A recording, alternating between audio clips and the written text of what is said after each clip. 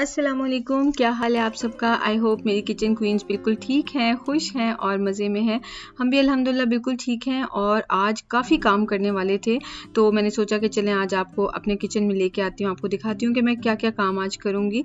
ये मेरे पास कुछ गाजरें पड़ी हुई थी जिनको मैंने ग्रेट कर लिया था और मैंने सोचा कि इनका हलवा बना लेती हूँ। सैलेड के लिए लाई थी लेकिन बहुत अच्छी लग रही थी तो थोड़ी सी एक्स्ट्रा भी ले आई थी। उसके अलावा अवन को मैंने प्री हीट पे लगा दिया है और मैं बनाने लगी हूँ केक। और आज मैं आपको बहुत मज़े की इन्फॉर्मेशन शेयर करूँगी। आप हमेशा कहते हैं कि जो आपकी जब आप इसके लिए जो क्रीम होती है ना, जब उसको आप विस्क करते हैं तो वो फिर स्टिफ पीक्स नहीं बनती, क्रीम जो है मेल्ट हो जाती है, सॉफ्ट हो जाती है। तो केक के ऊपर कैसे लगाएं, वो सारी मेल्ट होके गिरने लग जाती है। तो मैं आज आपको उसका सोल्यूशन बताऊंगी, ईजी सा वे बताऊंगी जिससे आप अपनी डिज़र्ट को जो है ना अपीलिंग भी बना सकते हैं और किसी को पता भी नहीं चलेगा कि कोई मिस्टेक हो गई है।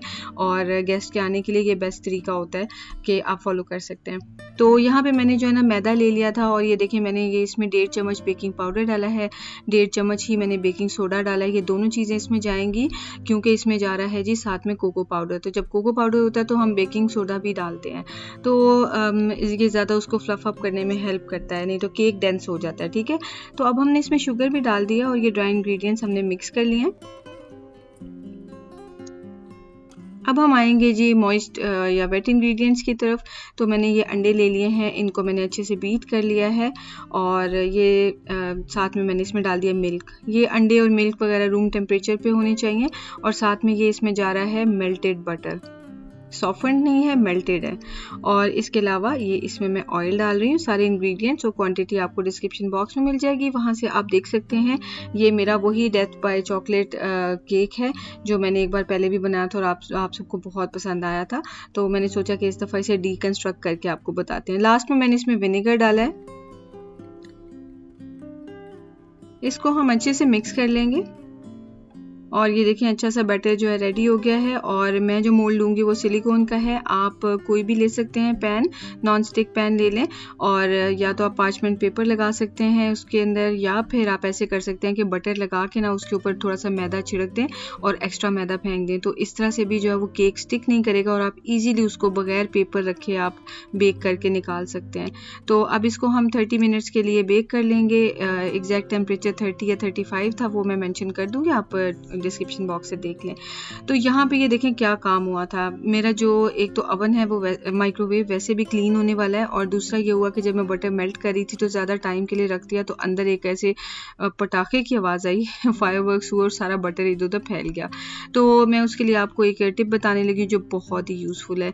मैंने ये ऑरेंज जो है वो मिशारी को काट के दिया था, तो उसकी जो ये पील है इसके अंदर मैंने डाला है पानी और इसको मैं इसी माइक्रोवेव में कवर किए बगैर मैं इसको 5 से 6 मिनट के लिए इसको कुक होने के लिए रख दूंगी। यहाँ पे मैंने 5 मिनट्स लगाए हैं, डिपेंड करता है आपके ओवन पे, आप 6 मिनट्स भी रख सकते हैं। ठीक है, तो अब नेक्स्ट हम स्टेप पे बाद में जाएंगे, तब तक हम ये फ्रेश क्रीम वगैरह को मेजर कर लेते हैं।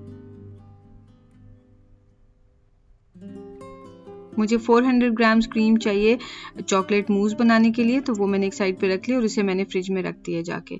और ये देखें ये बहुत गर्म है, बिल्कुल ऑलमोस्ट उबल चुका है और ये जो इसकी पील है ये सॉफ्ट हो चुकी है। अब ये जो पानी है ना, इसको आप कपड़े पे लगाएं और आप अपना माइक्रोवेव क्लीन करें। यकीन करें जितनी भी उसके अंदर स्टिकीनेस है या उसके अंदर कोई ऑयल है, कुछ भी उसके अंदर मार्क्स हैं, स्टेन्स हैं, ये सारे के सारे गायब हो जाएंगे। आपको सोप यूज़ नहीं करना पड़ेगा और आपको जो मार्केट से एक्सपेंसिव डेटॉल और ये वो प्रोडक्ट्स होती हैं आपको वो भी यूज़ नहीं करनी पड़ेंगी।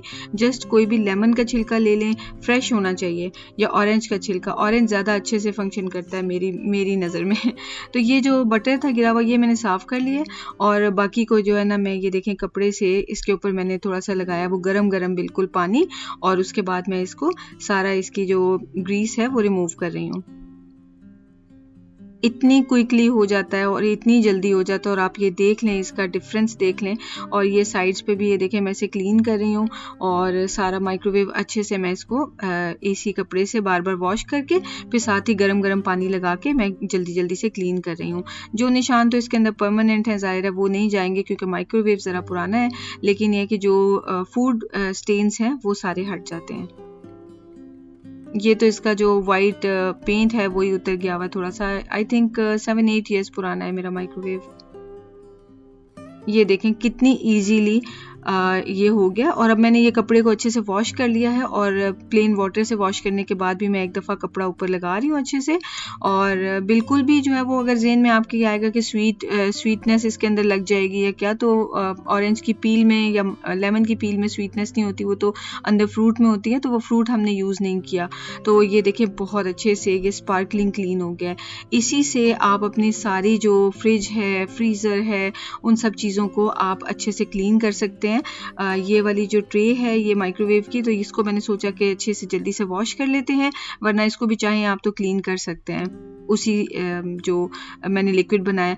लेकिन ये बात ज़हन में रखनी है कि आपने वो गरम गरम लिक्विड यूज़ करना है। आपने उसको ठंडा करके यूज़ किया तो फिर कोई फ़ायदा नहीं होगा। गर्मा गर्म आप यूज़ करें और बस उसके बाद आप जो है ना कमाल देखें, और फिर मुझे जो है वो आपने ज़रूर कमेंट करके बताना है कि आपके लिए ये टिप कैसी रही।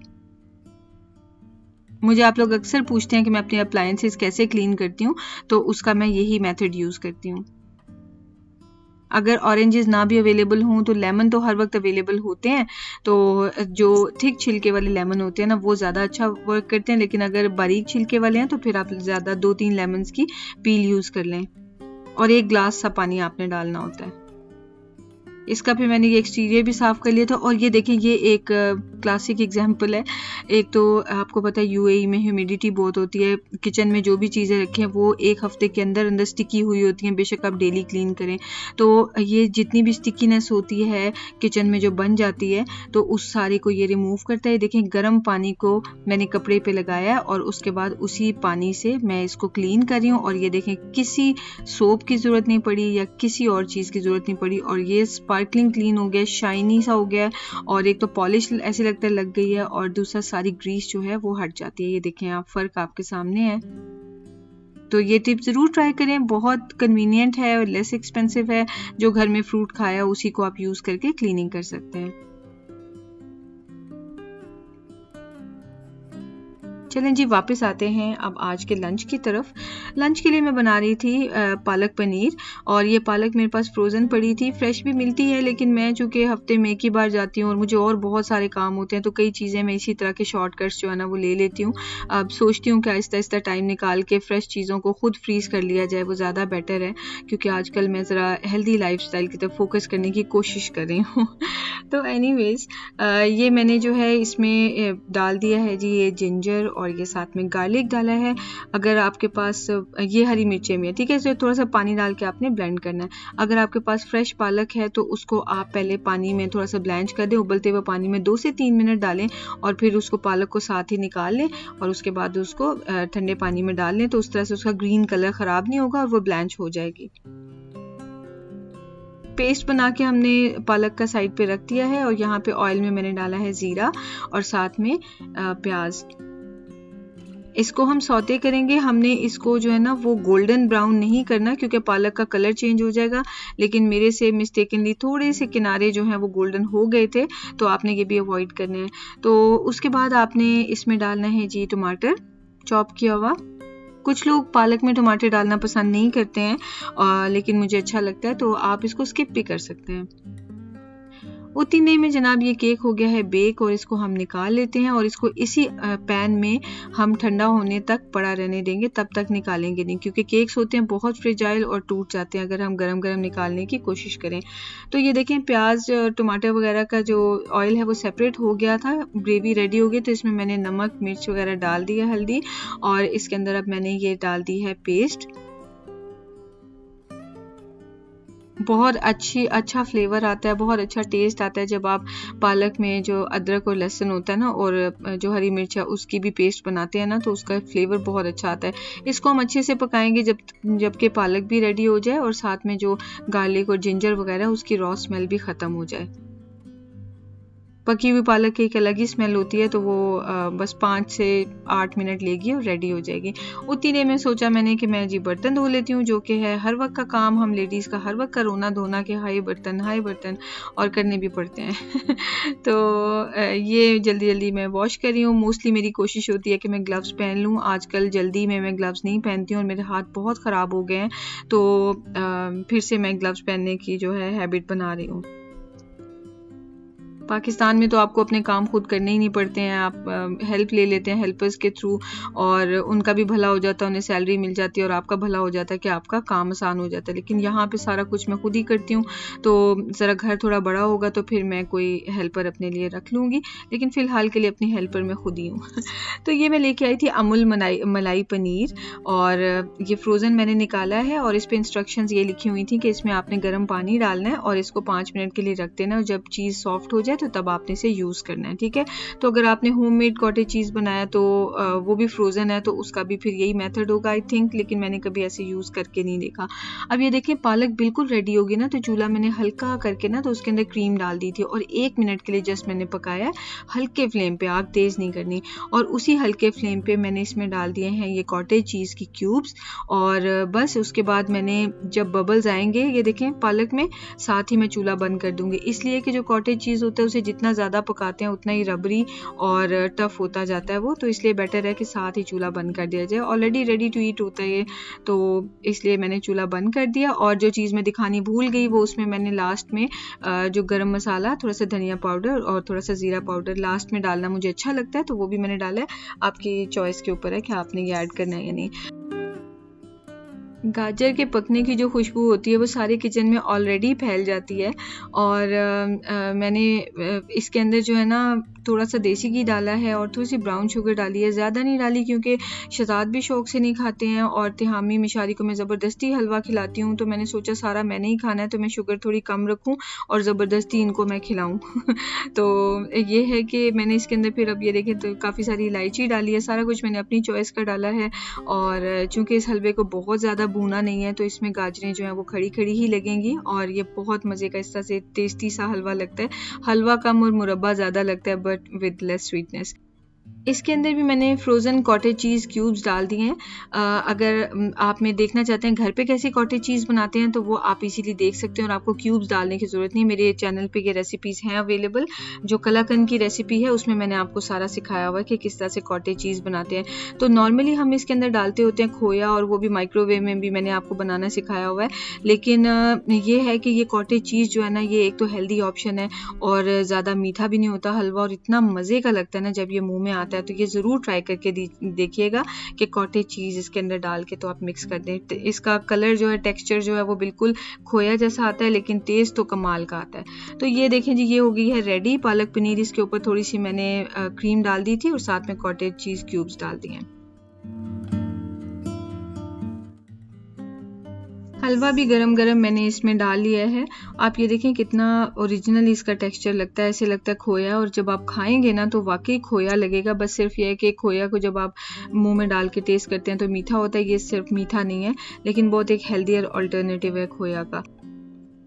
सैलड की चीज़ें मेरे पास अवेलेबल नहीं थी, तो इस दफ़ा सैलड नहीं था साथ में, और मिशारी जो है वो उसको मैं रोटी रोल करके कोई भी सालन जो भी बनाती हूँ वो लगा के दे देती हूँ, तो वो इस तरह से चलता फिरता खेलता हुआ अपना खाना खा लेता है। उसको टेबल पे पिछले दिनों शौक हुआ था बैठने का। मुझे किसी सब्सक्राइबर ने मशवरा दिया था कि बड़ों वाली बर्तन, बड़ों वाली चीज़ें उसको दें तो वो खाएगा, और बाकी वो ट्रिक काम किया था, लेकिन कुछ दिन बाद वो फिर से खाना छोड़ गया टेबल पर बैठ के। एनीवेज, एज लॉन्ग एज खा रहा है चलें ठीक है।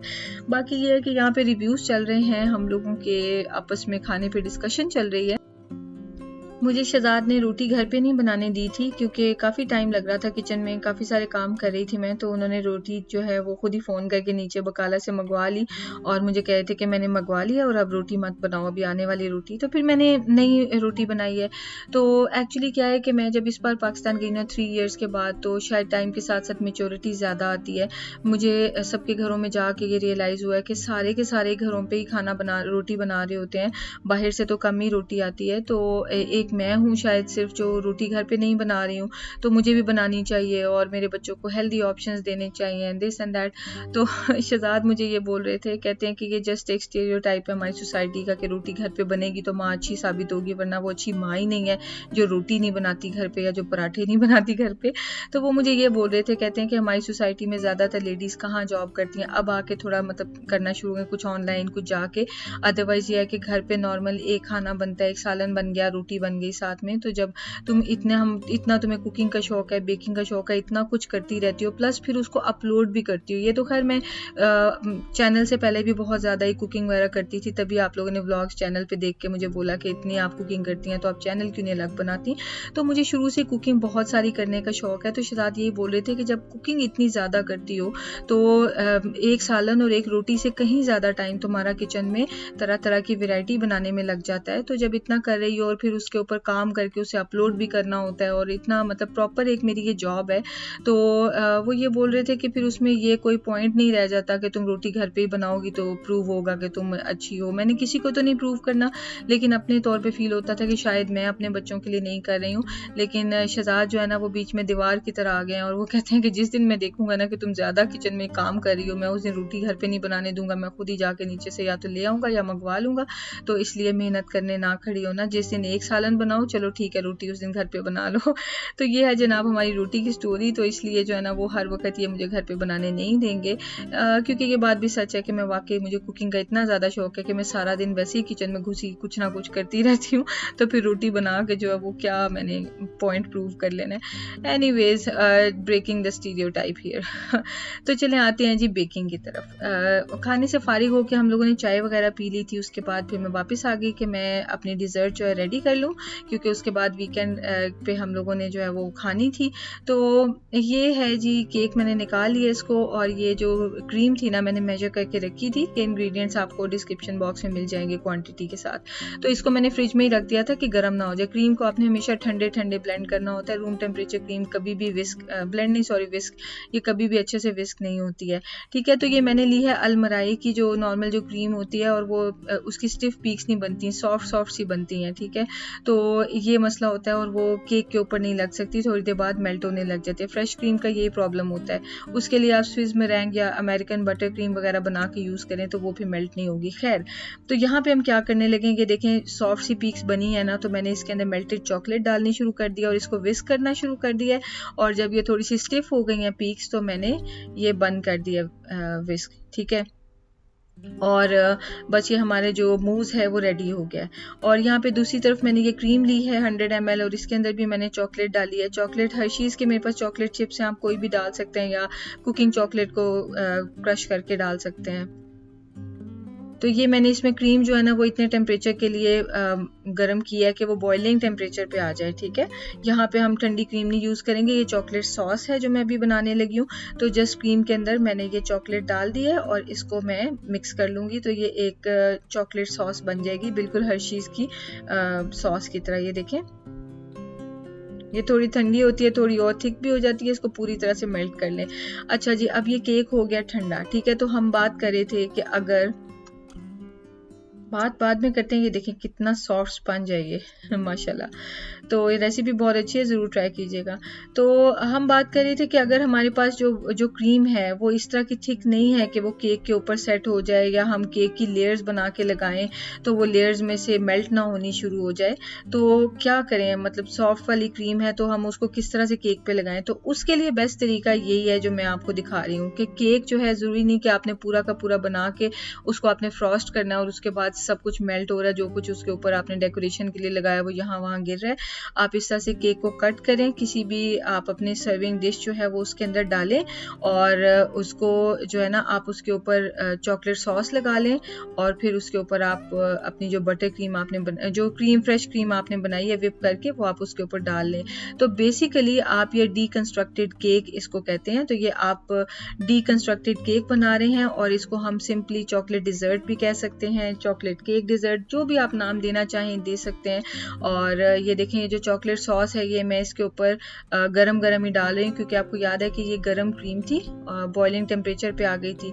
एक पॉइंट ज़हन में रखना है कि ये चॉकलेट सॉस बनानी है तो क्रीम को बॉयल नहीं कर देना, बस जब वो बॉइलिंग टेम्परेचर तक आ जाए तो आपने चूल्हा बंद कर देना, या माइक्रोवेव है तो उससे ज़्यादा आपने उसे गर्म नहीं करना।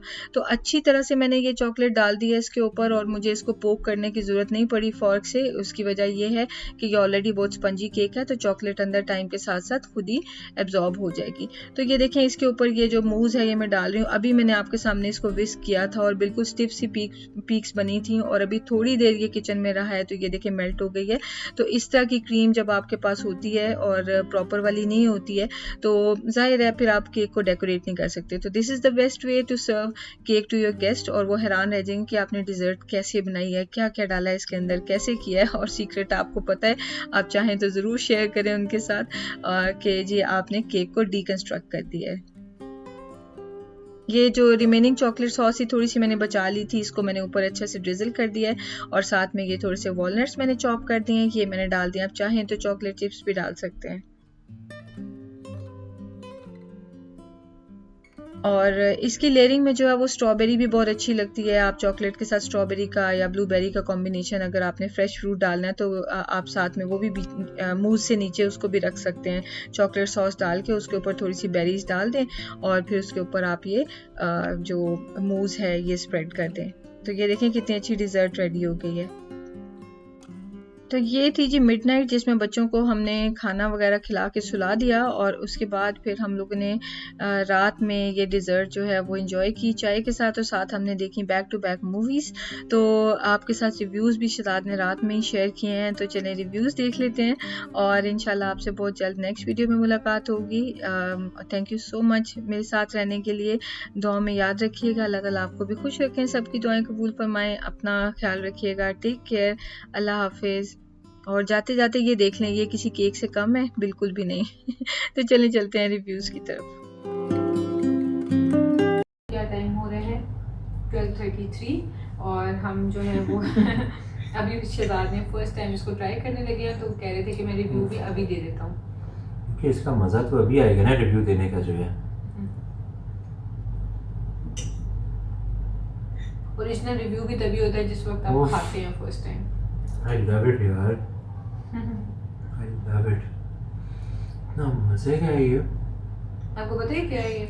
स्पॉन्ज सॉफ्ट, उसके ऊपर जो आइसिंग की हुई है इसने ठंडी और बिल्कुल फ्लफ़ी, और साथ में मेल्ट हुआ चॉकलेट जो है ना वो दोनों के दरमियान ऐसे टेस्ट दे रहे जैसे कसम से एक्सीलेंट यार, मज़ा आ गया। उफ, I love it यार, it's excellent।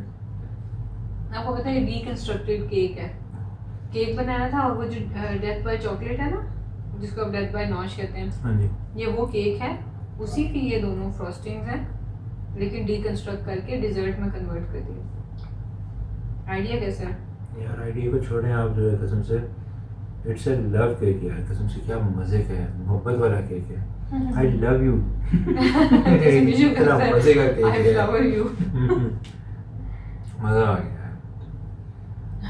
कसम से, लिटरली आप जैसे जैसे जो खाते जा रहे हैं, च्यूवी भी है, मज़े का, इतना सॉफ्ट और फ्लफ़ी है इसकी क्रीम जो साथ में, कि आप खा रहे हैं तो दिल कर रहा है ऐसे ऐसे मज़े से खाते जाएं आप जो है, ये इसका मज़ा है। और ये वाली डिज़र्ट आप इंडिविजुअली भी कप्स में भी बना सकते हैं। केक बना के कप्स में रखा, उसके ऊपर चॉकलेट सिरप डाला, उसके ऊपर ये मूस डाला, एंड यू डन बेबी। और मज़े की बात बेस्ट, आपने वॉलनट की टॉपिंग परफेक्ट इसके ऊपर की है ना। वो इस तरह से कि केक जब सॉफ्ट है ना, तो आपका बिल्कुल नहीं दिल करता कि नट उसमें जो है ना वो हार्ड वाला है।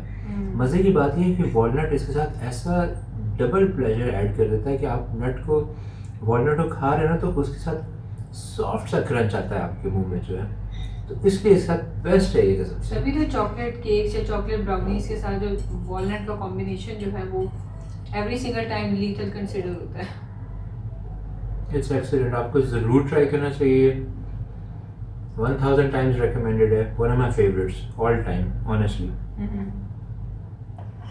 मज़ा आ गया है। Thank you.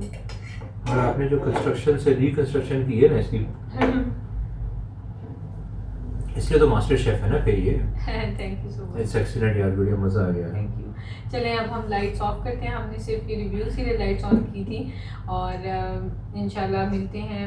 बल्कि मैं आपको मज़े की बात बताती हूँ, मैं शहजाद से कही थी कि आधी रात का टाइम है तो इस वक्त रिव्यूज़ ना दें, कल आप जब केक खाएंगे तब आप रिव्यूज़ दे दें। तो शहजाद ये बोल रहे थे, कहते हैं कि ओरिजिनल रिव्यू फिर तभी दिल से निकलता है जिस वक्त आप फर्स्ट टाइम चीज़ खा रहे होते हैं, सेकंड टाइम फिर वो बात नहीं रहती।